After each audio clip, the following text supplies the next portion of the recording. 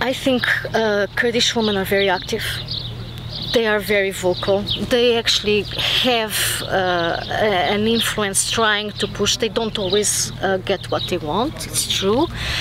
But especially with the support of the international organizations, they can negotiate with the government in the Kurdistan region. What happened was during ISIS and with conflicts, certain conflicts between Baghdad and Erbil, and now with COVID, shortage of money, so there were other priorities that took over and gender and women's issues were left a bit behind. In Iraq, I do believe there's some influence as well, but for instance, there's still didn't manage, so feminist movements, women's organizations still didn't manage to force the government to implement a law against domestic violence.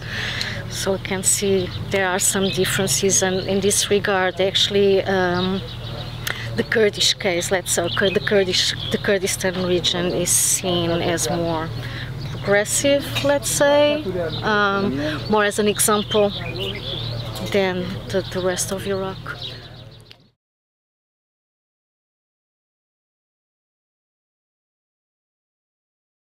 These organizations,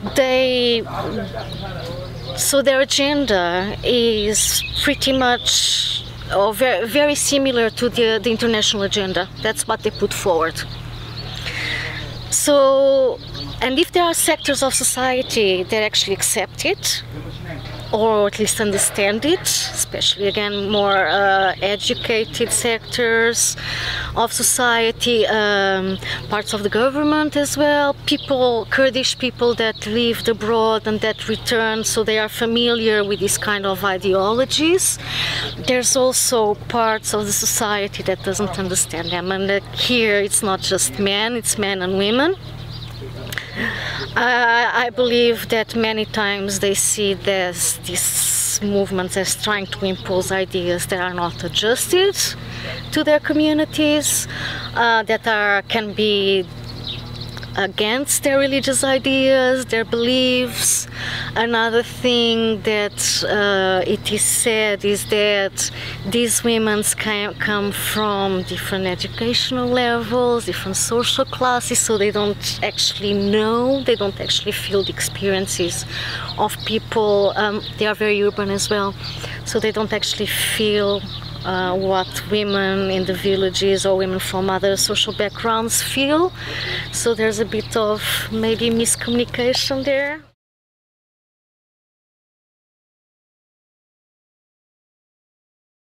The Kurdish government actually did implement several things, and I do know that they are trying to revise the law against domestic violence.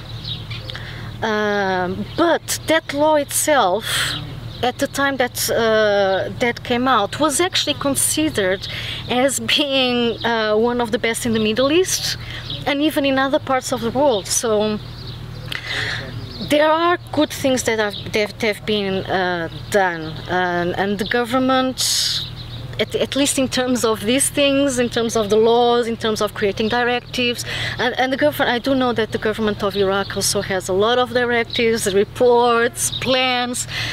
The problem, as actually people were talking in the discussion, is with the implementation. There's difficulty in actually implementing these laws because people don't understand them, don't accept them, they think it's an imposition, it goes against their culture, their religion, and then even the judges or the police, if something happens, they can turn the eye, they do a blind eye, turn a blind eye to it.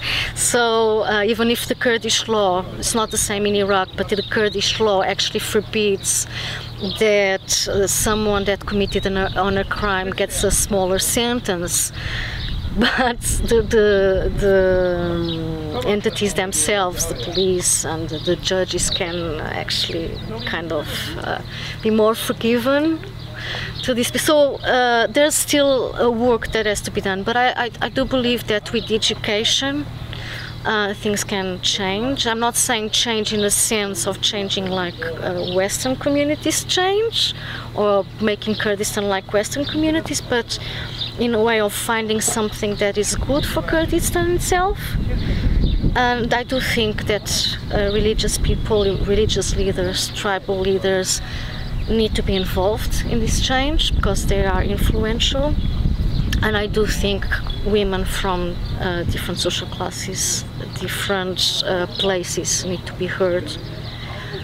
And I also think that if you don't change men's lives as well, improve men's lives, change them, talk to them in a way that men and women can actually respect, understand each other, it's going to be complicated. So it needs to be a relational position, a holistic position, so you have to take men and women in consideration, you have to take the different sectors of society.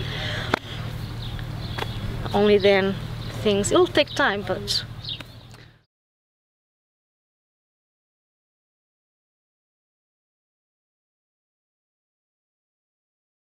I do think that some young men, like men of other ages, other generations, do feel a bit attacked because they don't understand, let's say, they don't understand that is about opportunities for everyone. They listen about men being the perpetrators, men being the guilty ones, men having the power. So I think when they listen, when women need to have more opportunities, women need protection, they feel that they're being accused of something or robbed of something. So there is a problem of communication here. It's important to reach to these young men saying it's not about that, it's about improving everyone's lives, giving opportunities to everyone, giving access to resources for everyone, taking into account everyone's needs, considerations, opinions. So something needs to be done here, but this is not a problem from here, just from here. We do see a resurgence of anti-feminist or stronger anti-feminist movements in the global north, let's say. People taking a position against feminism, against these things in the north as well. And I do think it's a problem of miscommunication.